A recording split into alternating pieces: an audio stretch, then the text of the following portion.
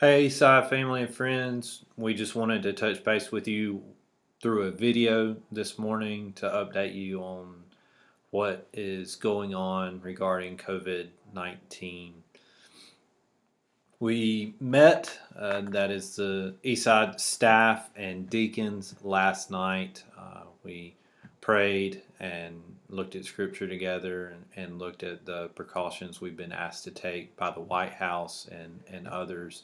And we made the decision that the best thing for us to do, and the godliest thing for us to do right now as the church, as God's people, is to follow the 15-day precautions given to us by the White House, which means that we have canceled all in-person gatherings on campus through Wednesday, April 1st.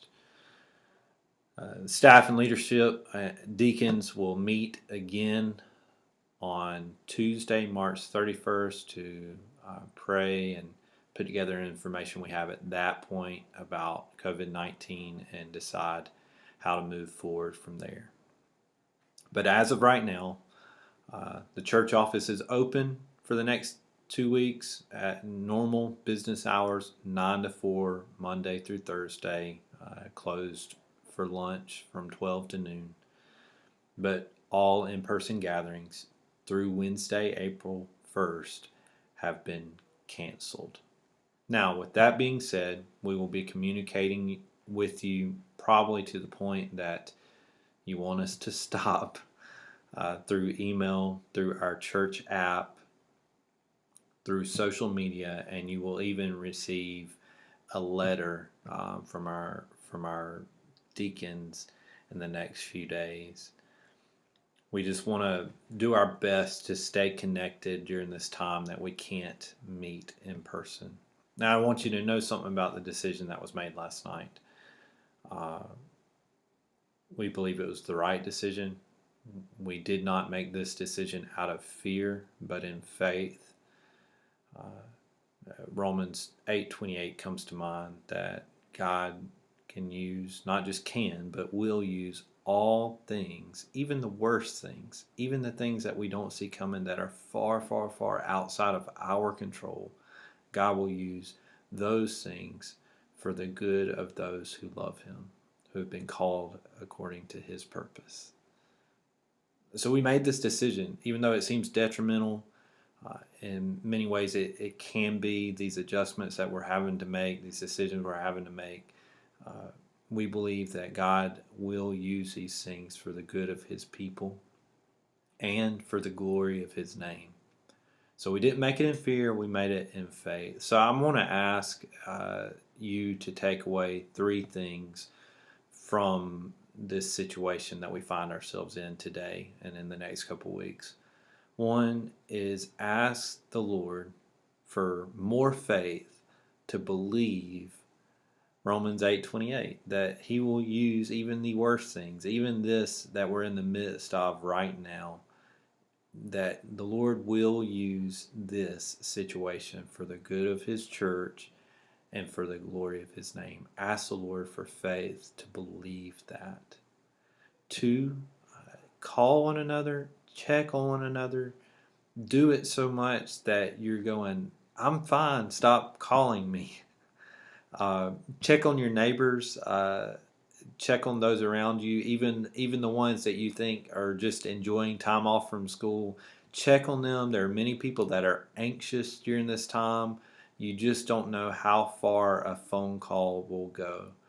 As we said Sunday, the world right now needs a church that is full of faith, not fear.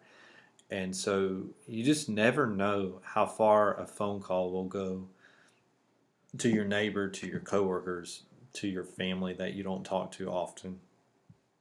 You just don't know how far a hope-filled phone call will go to them. So please, check on one another, check on your neighbors. Sunday school classes, we want to put the weight of this on you. You know where each other are within your Sunday school classes, so please take the lead on this. Check on one another. Make sure one another has each other's contact information. If you need help getting contact information, call the church office. we will get you the contact information you need for those in your Sunday school classes if you don't already have it. So that's number 2. Number 3 is I just want to encourage you. We have been talking about and asking the question, who's your one? Who in your life is far from the Lord that you are praying for and sowing seeds of the gospel in? I just want to encourage you to keep sowing seeds of the gospel in your neighbors, in your family, in your coworkers, in your children, in your grandchildren. Keep sowing the seeds of the gospel and ask the Lord to bring about the growth.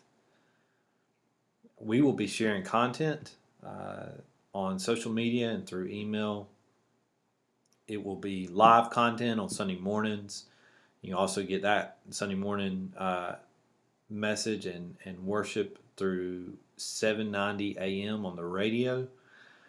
It'll be live on social media, on Facebook in particular. We will have that information at the end of this video for you. We'll be sharing content that's not live throughout the week that we want you to share and to use to sow gospel seeds through Facebook, through Instagram, just to send to your neighbor. Maybe just it's a truth that you just want to call and share with your neighbor. But we want to do the best that we can in the situation that we can to continue to be the church. And that means loving one another, checking on one another, taking care of one another. But it also means reaching out to those that don't know Jesus. We have a living hope, and we want people to know and also have the living hope that we have in Jesus. So, please know that we love you. We will be communicating with you to the best of our ability as often as we can in the ways that are available to us. And we want you to help us to communicate with others. If you know of anyone in our church family that won't get this, please pass this information along to them with a phone call or a text message. Whatever way that you can help us communicate, please do that. We're still the church, even in the midst of these days. We're still the church, and we need to be full of faith and not fear. So pray to that end. Ask the Lord Jesus to help us be full of faith and not fear. Ask Him for wisdom and how we can continue to be salt and light during this season, and then go do it.